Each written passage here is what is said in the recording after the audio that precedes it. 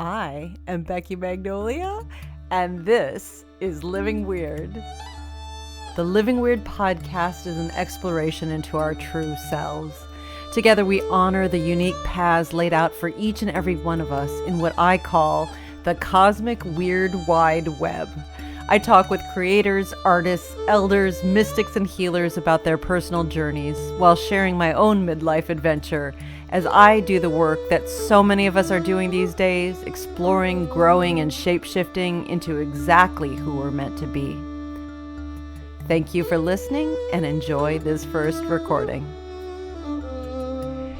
So, this whole concept started when I started listening to a teacher and mentor and elder named Michael Meade. Michael Meade is a storyteller well known for looking at life through a mythological lens, through the lens of story. Think Joseph Campbell, but like upgraded and more appropriate for our modern age. So I wrote to Michael Meade, I don't know, a couple months ago, maybe 6 months ago, and, not thinking that he would get back to me because this is a busy man. And I got a letter back from one of his assistants and saying, Michael would like to talk with you. So we set up a time and I got half an hour to talk with this beautiful, wise elder. And one of the things he said to me was that, because I told him I'm in midlife, right? I'm 53 years old. I'm trying to figure out who I am, what I am, where I'm going, what my purpose is. And it's been a long journey. I think since my divorce 8 years ago, it's been this kind of like just observing and looking and doing a lot of suffering. And I don't think it's a bad thing. I mean, I do not wish these feelings on anyone, but I think it's been an opportunity, really a lot of loneliness, to sit alone and ponder and, just detach from everything everybody's ever told me that I should be, from everything that all of my people pleasing, all of my box fitting, and just kind of unravel. I mean, there were points where I felt like I was going psychotic. Plenty of those, in my room where I'm like, maybe I'm going crazy. And then I put myself together and get everything going and pay my bills and do all my stuff. But there were always those moments. So Michael says to me, he says, basically, he called it a second coming of age. He said, usually in our early years, like around 13, 14, 15, 16, those kind of, those early teens, we are called into becoming.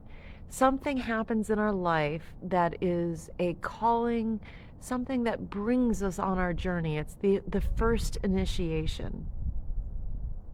And if it's not completed then, because most of the time we have to kind of jump into the world and we have to, we're trying to fit in when we're those early adolescents. And we do it, and I did it really well. I fit into all of the boxes everybody gave me. But then we hit this middle age thing, and it's time to release all of those stories and answer that calling that's been calling us for a lifetime. So I won't get too deep into my story, but Michael asked me, he said, is there something that happened to you in that early teen years that you would think is like a jumping off point? And I knew instantly. My dad was a psychiatrist, and I was having a crisis of, friendship stuff and codependency, and kind of having a mom who was not mentally healthy. And I was breaking down, and I was feeling kind of self-annihilating, which is pretty normal for kids at that age. And my dad, I think he kind of panicked, or he worried, because he, was a doctor and he saw bad things and he wanted to make sure his daughter was safe, I think. And so he sent me to one of his colleagues. They set me on the couch between my mom and my dad, and this doctor, authority figure told me that I had a mental illness called major depressive disorder, and that it was physiological, and that it was treated with medicine, and it was like diabetes, and I would have it for the rest of my life. So on that day, I was initiated into my dad's world, the medical model, the psychiatric world, and brought into the world of, therapy and psychiatrists and medicines. And early back then, it was pre-Prozac and pre-Zoloft and all this stuff. And these medicines were kind of experimental, and so these doctors were cutting edge, right? And I was just a good little girl, and I loved my dad, and I wanted to follow the rules. I didn't even question the rules, so I fit into that box. And a few years later, this psychiatrist who loved to diagnose the kids who came in, that was his thing, and everything was a medical model. Everything was all in the brain chemistry, right? And one of his favorite diagnoses to give kids was bipolar. And so suddenly I had that weighty diagnosis, and lithium, which is a very potent drug.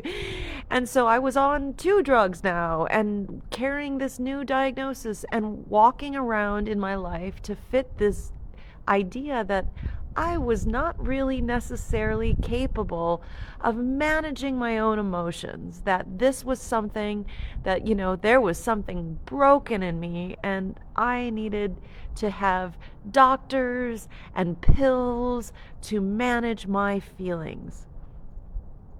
So here I am, how many years later? I don't even know. We can do the math. 40 years later, I ran into a therapist, and he looked at me, and he was a transpersonal therapist, and there's so many stories along with this. But he looked at me, he says, "You're not bipolar." I think I was like 50 at the time, and I'm like, "Oh, no, Joe, you can't say that." And no, I looked up the DSM-V. I was never bipolar. Like, I never exhibited any of those things. Now, I am very magical, and I do experience a large bandwidth of emotion.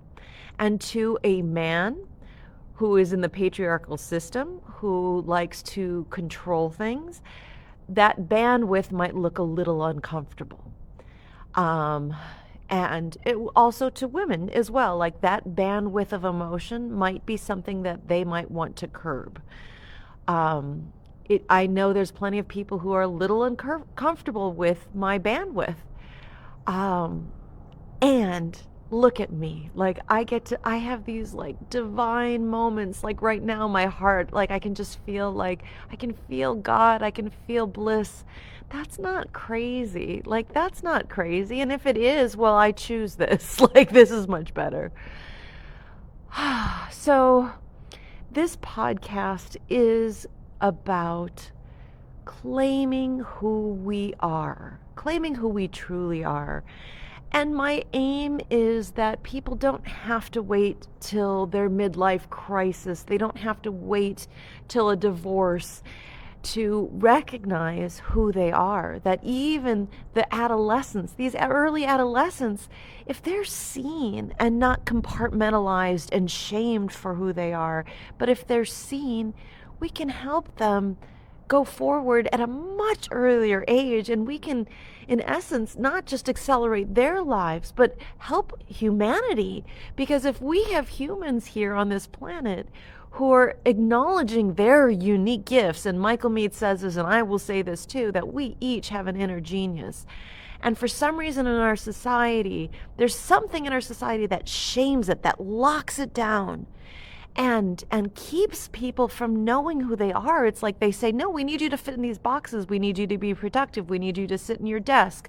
We need you to follow protocol. And protocol's not bad, contracts are good. All of these things are good. Society is a real important thing. And there's a problem when we shame kids, when we shame adults. We put them in these boxes, and we don't acknowledge their gifts and their beauty. So this is ultimately my mission, is to see and hear people for who they are and what they are. So something's been happening these past month.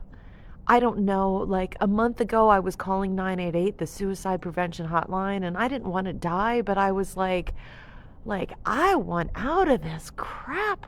This shit, I am tired of feeling abandoned and alone. And then I picked myself up and I called my mentor, Dave Markowitz. He's somebody for you to follow. He is an incredible healer, Dave Markowitz. Called him up, we did a session, and I realized it's like, oh no, this is all part of this journey. And in fact, I think some of the kind of self-annihilating stuff, like wanting things to end, is actually part of the soul purpose if you can get through the next part. And that's why we need each other to witness each other, so we're not alone and we're not wrapped up and trapped in that shame model that's been handed down to us. And more in society, people are getting isolated and not being seen. So something's changing. I feel like my prayers, my manifestations are being heard, and it's nothing more than me just finally stepping into my power. I think talking to Michael, I think there's been a progression of people who have been seeing me, mentors, elders seeing me, and it's giving me that faith, that groundedness that I can move forward and open my heart. So Living Weird is a podcast, but it's also a safe container. It's a safe container for you and me and all the listeners and also the people I interview. It's a safe container for us to be our true weird selves.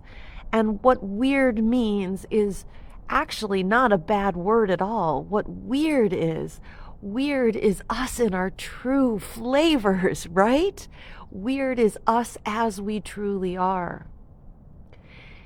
In Old English, the word weird is spelled W-Y-R-D, and it actually meant fate and destiny. So weird was actually about this weird wide web, the cosmic connection between us all. Weird was that cosmic force, that oneness, that we are all bound together by this web of connection. And so I see weird is our place on the web, our place on the weird wide web. What strand do you stand on? What points on the web? What intersections? So as you listen today and you do your little fairy tightrope walking, this is how I see it, your fairy tightrope walking along the thin little strands of web, and you meet the intersections. That's where we meet other people. That's where we meet each other. That's where you pick up this podcast and you listen. You hear my words, I hear your words. That's where we connect, each little meeting point along the weird wide web. So welcome to this safe container, to this space of reckoning where we get to be who we truly are. Thank you for joining me, and I look forward to continuing our conversation. In love, I send you peace. Keep on being weird. I am Becky Magnolia, and this is Living Weird.